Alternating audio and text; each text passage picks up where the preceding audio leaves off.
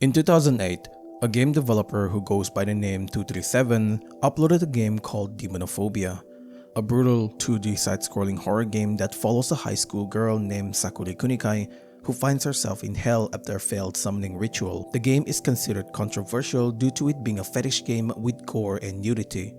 Yet despite all of that negativity, 237 still managed to release Xenophobia a year later. Xenophobia follows Hatsuka Towada as she navigates her way through a hellish world filled with nightmarish creatures. It follows the same footstep as Demonophobia with a few improvements over the last game, such as the protagonist being able to use a gun to defend herself. But despite this improvement, Xenophobia was ultimately cancelled by the developer and 237 disappeared from the internet. For many years, fans wondered what happened to him. Things quieted down for a while until 12 years later when 237 returns under a new alias named Windowframe on a Japanese site called CN.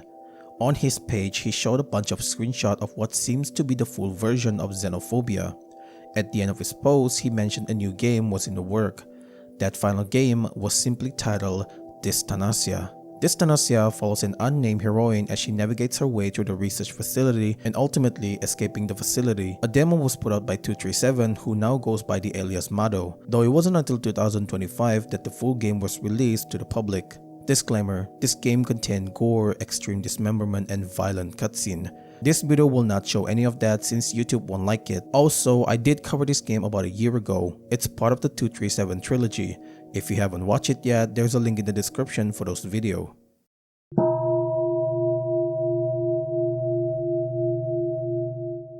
The game begins with our nameless heroine waking up in a morgue. She finds a hospital gown and wears it since it's better than going around naked. She then picks up a flashlight and begins roaming around the area to look for other people. As she's looking around, she picks up a key on the floor, but as soon as she did that, a terrifying half-bodied creature with a giant knife appeared and chased after her. Running away like a life depends on it, she managed to escape the creature by going through the elevator. This won't be the last time she encounters it, but for now, she's safe. The elevator takes her to the first floor and this is where her nightmare begins. The first floor looks pretty normal at first, except for one thing. It is eerily quiet. The girl wanders around and finds a note left by one of the employees. The contents are as follows. I'm leaving this note for anyone who didn't manage to escape in time. The bottom line is the building is crawling with monsters. I don't know what they are, but they're vicious and will attack without warning once they've spotted you. Unless your weapon is more than halfway decent, they won't so much as notice getting hit by it. So don't even bother thinking about trying to fight them. The good news is that they're slow and don't seem to have very developed perception. If you sense one closing in, you do well to either crouch and hide and move away slowly and silently. Some of them will behave differently. A few react to sound. Others are half dead but have sharp eyesight. Observe from a safe distance to figure out their trait. Throwing objects to distract them might work as well. Do whatever it takes to survive. Good luck. After reading the note, a chill runs down her spine. If what the note says is true, then that means she's the only one left. The thought of her being alone in this dangerous building scares her. She hurriedly searches for the exit. While searching for a way out, she stumbles into an abandoned office. As she enters the room, she spots a monster patrolling the area. Remembering what the note says, she crawls until she is out of sight and manages to safely avoid it. Eventually, she finds the control room and enters it.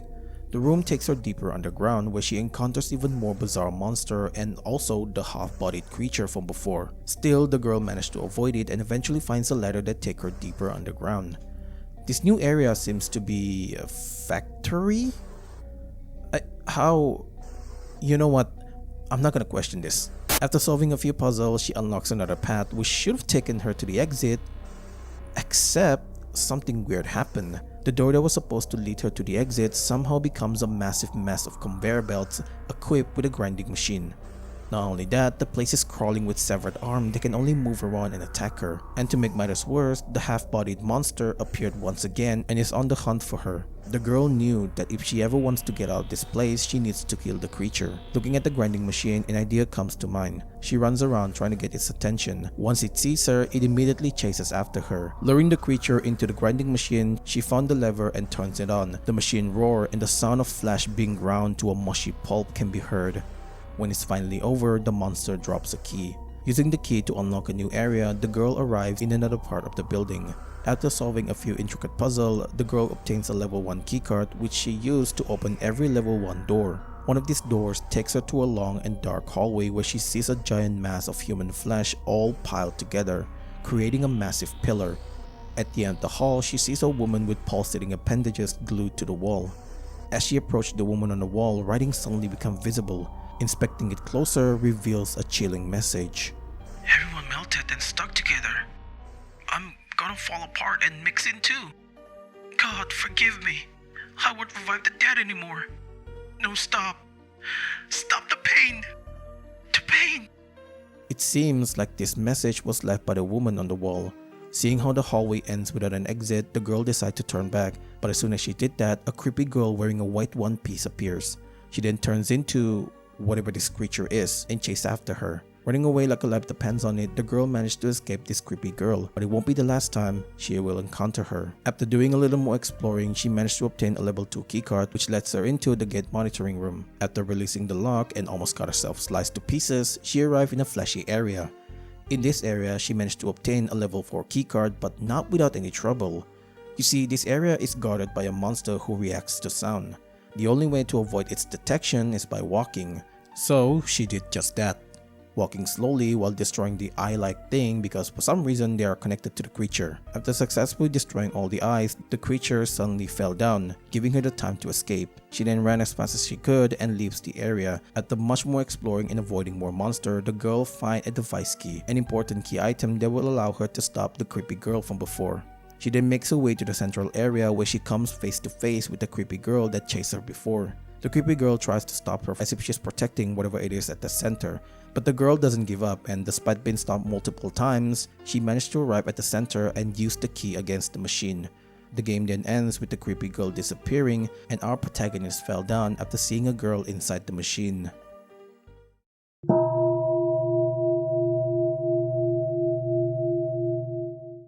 So, what exactly happened in Dysthanasia? Who is that girl in the machine, and how does it connect with the previous game, Xenophobia? Now, I started this video thinking that this game will be separated from the previous game, but after reading through the notes in this game, apparently they're not. In fact, the game has a lot of reference to Xenophobia. To this, I highly recommend you watch my video covering Xenophobia first to get a better understanding on who these characters I'm talking about. But to give you guys the rundown, Dysthanasia feels like a prequel to Xenophobia. In Dysthanasia, you'll find various notes scattered around the facility detailing about an experiment gone wrong. The man who started this experiment is none other than Sakuri Towada, Hatsuka's father. If you play Xenophobia, you'll know that Hatsuka is the protagonist for that game. Anyway, the notes in the game are pretty cryptic and it doesn't help that it's tedious that you need to replay the game if you miss any of the notes. But that's beside the point. So piecing together everything, this is how I think it goes. Sakuri Towada lost his family due to an accident. A note found in one of the levels explained that he lost his family from a tunnel collapse. Luckily, he managed to escape with minor injuries, but his wife and daughter were not so lucky. Now here's where things gets confusing. You see, at the end of Dysthanasia, the girl used the device key to stop Hatsuka and put her to rest once and for all. But the notes mentioned that Hiroki saved his unborn daughter by doing a C-section operation on her mother. I couldn't find any notes in the game that mentioned how she grew up like that, since technically Hatsuka was still a baby and was already dead when Hiroki saved her. So I'm gonna assume that since Hiroki was a scientist, he must have somehow managed to save Hatsuka. This explains her growth. But despite managing to save her, Hatsuka was still in a brain-dead condition. Unable to bear to see his daughter in that condition, Hiroki started an experiment to revive the dead. Luckily for him, he just became the head scientist of Sera's company. Now there's nothing we know about this company other than it's a corporation that deals primarily with supplement and cosmetic and has recently branched out to pharmaceutical. Things are going as planned, but before he could proceed with this experiment, he needed to do a test run. Now since this is an experiment to resurrect the dead, they needed dead bodies.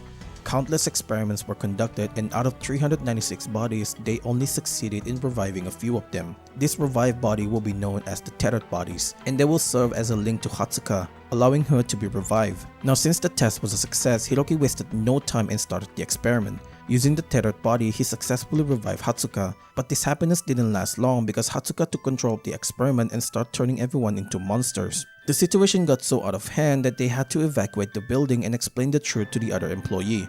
This surprises them since they only work at the office and didn't know what was happening from the inside. Only the high-ranking people knows of these experiments, so imagine their surprise when they realized that they were not rescuing animals and saving people's lives, but were indirectly turning them into an experiment subject. Luckily, test subject 396 awakened when all of this were happening. Out of all the test subjects, she has the highest success rate and retained her free will. Having learned that Hatsuka was going on a rampage, she decided to stop her, which she successfully did. The ending implied that 396 was still alive, but I'm sorry.